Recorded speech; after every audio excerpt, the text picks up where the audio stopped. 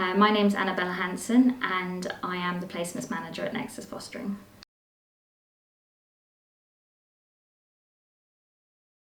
The role of the placements team at Nexus Fostering is to work with the local authorities to find the right foster family to children who need a foster home.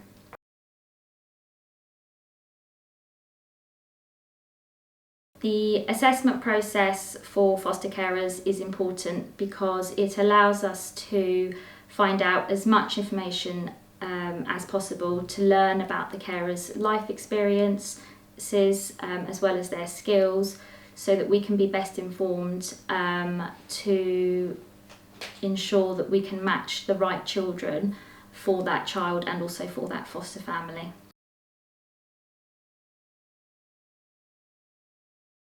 The assessment process can take anything between 4 months to 6 months.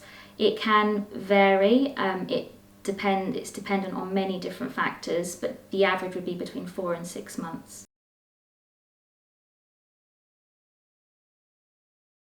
The referral process is a process where the local authorities will refer children to us that need a foster family, and we will work with the local authorities and our carers that we have available for a fostering placement to try and find the right suitable match.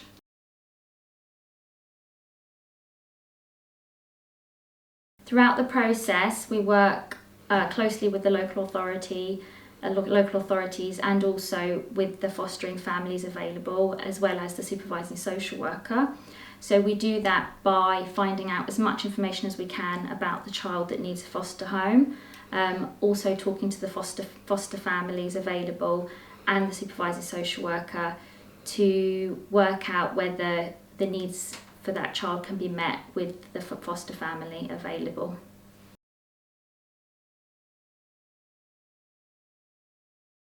There are many factors that need to be considered when we look at placing a child with a fostering family. Some of those include the location. So if a child needs to maintain their current school, we need to consider the location of our fostering families that are available. Other factors include also ethnicity, religion, the needs of that child, including any risks.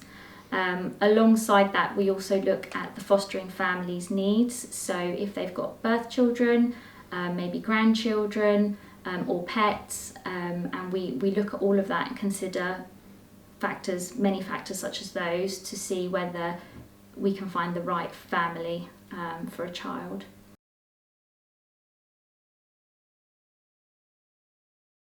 If the match isn't right for a Nexus Fostering family, then we go back to the local authority and we let them know that we don't have a suitable fostering family available for that child.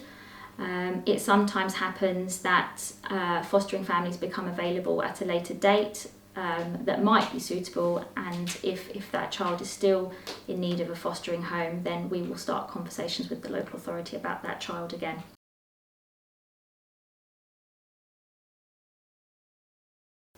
Every child that's referred to us has different needs and different requirements, and each one is different, just like all our foster families are different.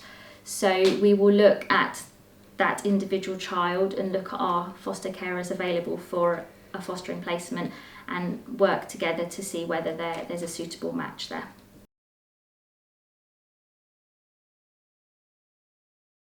There are quite a few different fostering placements available to foster at Nexus Fostering.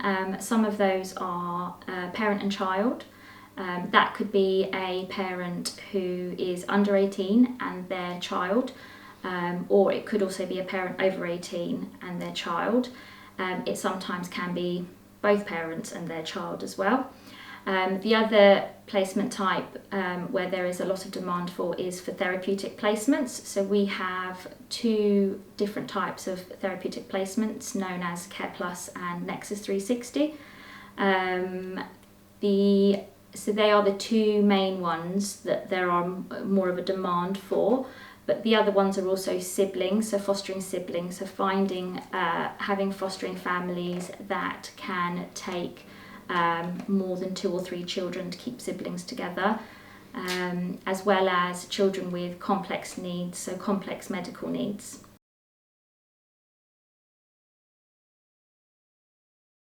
There aren't enough foster carers to meet the demands of children that are referred to us. Unfortunately, we are referred many more children than we have foster carers available for. Sometimes that can be down to the needs of the children and also the needs of the fostering family. We have many more children referred to us than we have foster carers.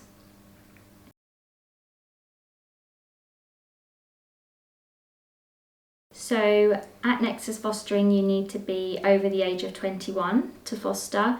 There is no upper age limit, and there are various checks that are carried out as part of the process, such as a DBS and a medical.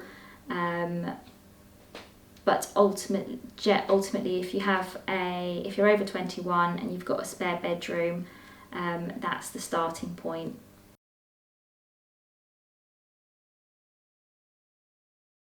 There are some criminal convictions that would stop someone from being a foster carer, but it is best to give us a call and have those discussions, as there'll be individual situations.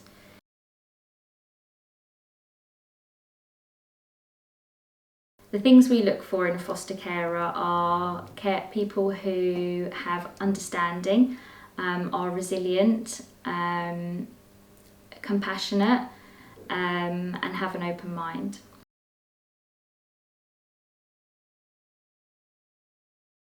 At Nexus Fostering, we've got a series of different offices, and that's a good link for all our foster carers, so that's the main point that they can come to. To support each other, we also have support networks that are set up between all our carers. Local support groups, sometimes for individual placement types as well, and there are training opportunities within our, sometimes through teams, but also within our offices. So again, you have a space where you can meet and talk to other foster carers doing and going through similar situations.